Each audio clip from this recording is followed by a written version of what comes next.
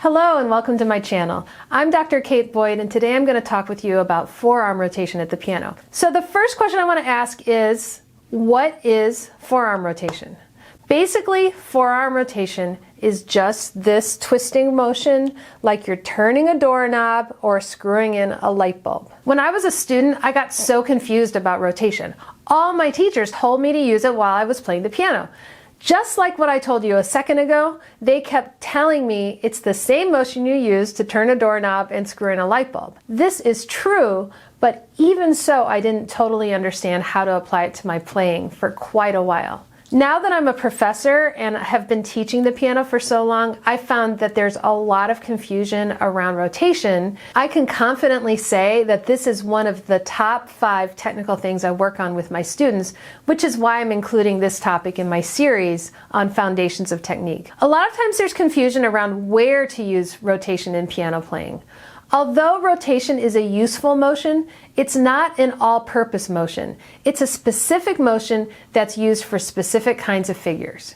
We can use single rotation to play any figuration that goes back and forth, such as tremolos, trills, Alberti bass, and any passage work that goes up and down in alternating notes. Here's how forearm rotation works. The arm has 2 bones, the radius on the thumb side and the ulna on the pinky side. When you stand and let your arms naturally hang at your sides, your radius will be in front and the ulna will be in back. When you bend your elbow, the hand is actually turned perpendicular to the keyboard. Now, when you turn your hand so it's in the proper playing position, the radius and ulna have to twist around each other. This twisting is the basis of rotation. Notice that this rotation motion raises and lowers the fingers.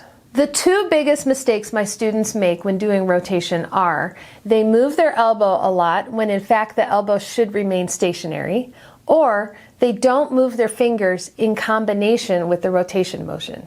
Notice when I do rotation that my elbow is relatively still. The motion is simply a twisting of the 2 bones in the forearm around each other. That's why the analogies of opening a door or screwing in a light bulb are so apt. It would feel very awkward and counterintuitive to lift and lower your elbow in either of those 2 activities. Now here are a couple of additional vocabulary words. When you rotate inward or toward your body, it's called pronation. When you rotate outward or away from your body, it's called supination. I'm basically just telling you this for the sake of thoroughness. People rarely ever use these words when talking about rotation, at least I don't. We just say rotate outward as in away from your body, or rotate inward as in toward your body, or sometimes even just rotate right or rotate left. Another helpful thing to realize is that rotating outwards is easier for us than rotating inwards. The rotation motion toward our thumb will therefore be smaller than the rotation outward toward the pinky. Now let me show you how rotation works at the piano. This is what confused me for a long time. Anytime an object rotates, that implies there's a stationary axis that you're rotating around.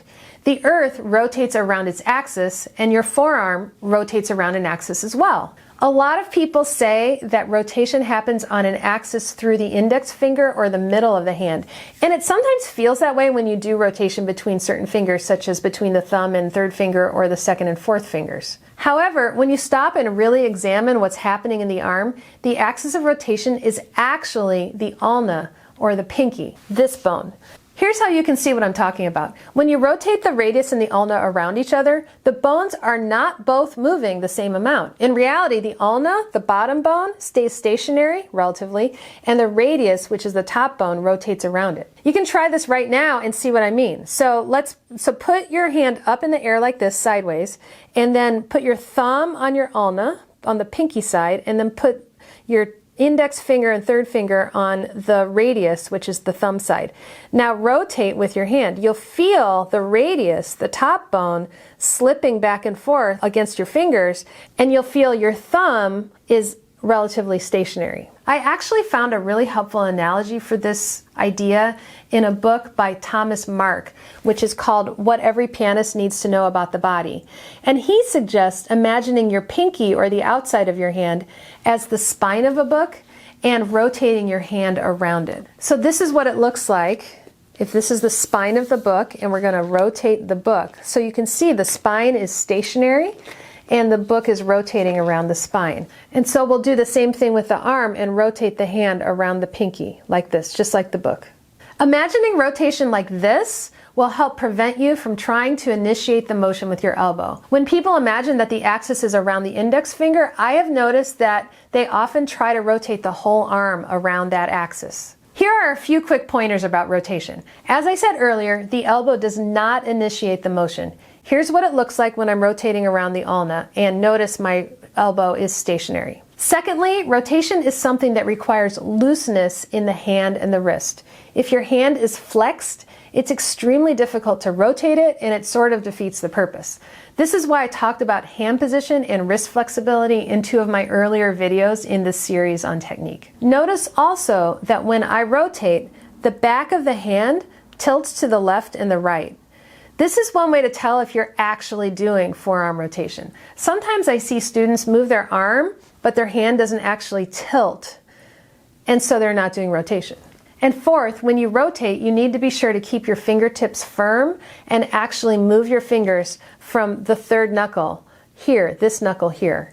Sometimes people will rotate their hands and their fingers will flop around like overcooked spaghetti. And that's something I misunderstood for a long time myself. I thought it was bad to have firmness in the fingertips or to move my fingers from the hand, because I thought the goal was to be as relaxed as possible at all times and let the rotation of the hand do all the work. But you do need to have firm fingertips as you play, otherwise the hand won't be able to support the weight of the arm and keep it from just slipping off the keyboard. Now that we've talked about how to do forearm rotation, let's put it into practice. You can do this exercise along with me. Now for this exercise, we're going to close the fall board of the piano and put your hands palm down on the fall board. Make sure your fingers are aligned, so make sure your arm is lined up behind your third finger in both hands. Relax your arms and feel the weight on the outside of your hands. Just like you're opening a book, open your hands so that the palms are facing up. Feel how the 5th finger is the axis you're turning around. Make sure to have loose shoulders and loose elbows. Your elbows should not be moving. Now take a mental snapshot of how this feels. It's important to really focus on how the technical motions you do feel in your own body rather than rely too much on what it looks like when someone else does it.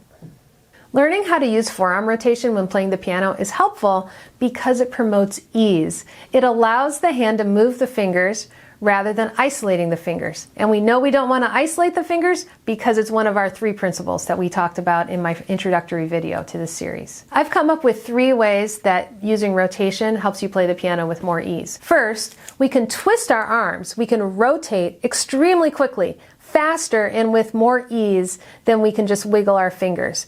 It's just so much easier to move faster when you use this motion than when you wiggle individual fingers. You can see what I mean by holding your hand in the air and trying both motions with me like this. Rotation versus individual fingers. Second, rotation also helps bring the weight of the hand and arm behind the fingers to compensate for the uneven strength of our 5 fingers. When you look at your hand, you'll see the thumb is short, big and heavy, the second finger is strong and grabs things in consultation with the thumb.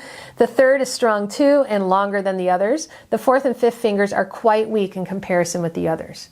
Rotation helps even out these disparities in strength. And third, rotation allows the fingers to drop into the keys from the hand by positioning the fingers over where they need to go rather than making the fingers reach for each note. At the piano, the most common use of rotation is the Alberti bass figure. So this is what it sounds like. So you hear that in example like that. That is everywhere in classical music, and that is probably the most common example people give when they introduce rotation. I'm going to give you a couple more examples. This is the G major prelude from Well-Tempered Clavier Book 2. This is full of opportunities to practice rotation.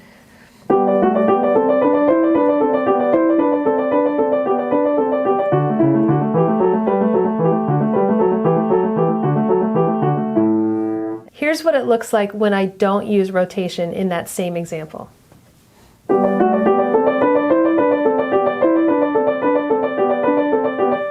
So you can see my fingers are much more isolated and I'm pushing down with each finger as opposed to rotate in a more free manner. Another example is from Beethoven's Sonata Opus 13, the Pathétique. The first movement has these broken octaves in the bass. So you use rotation for that. A lot of people fix their hand and then they get very, very tired by the end. So here's how that figure looks.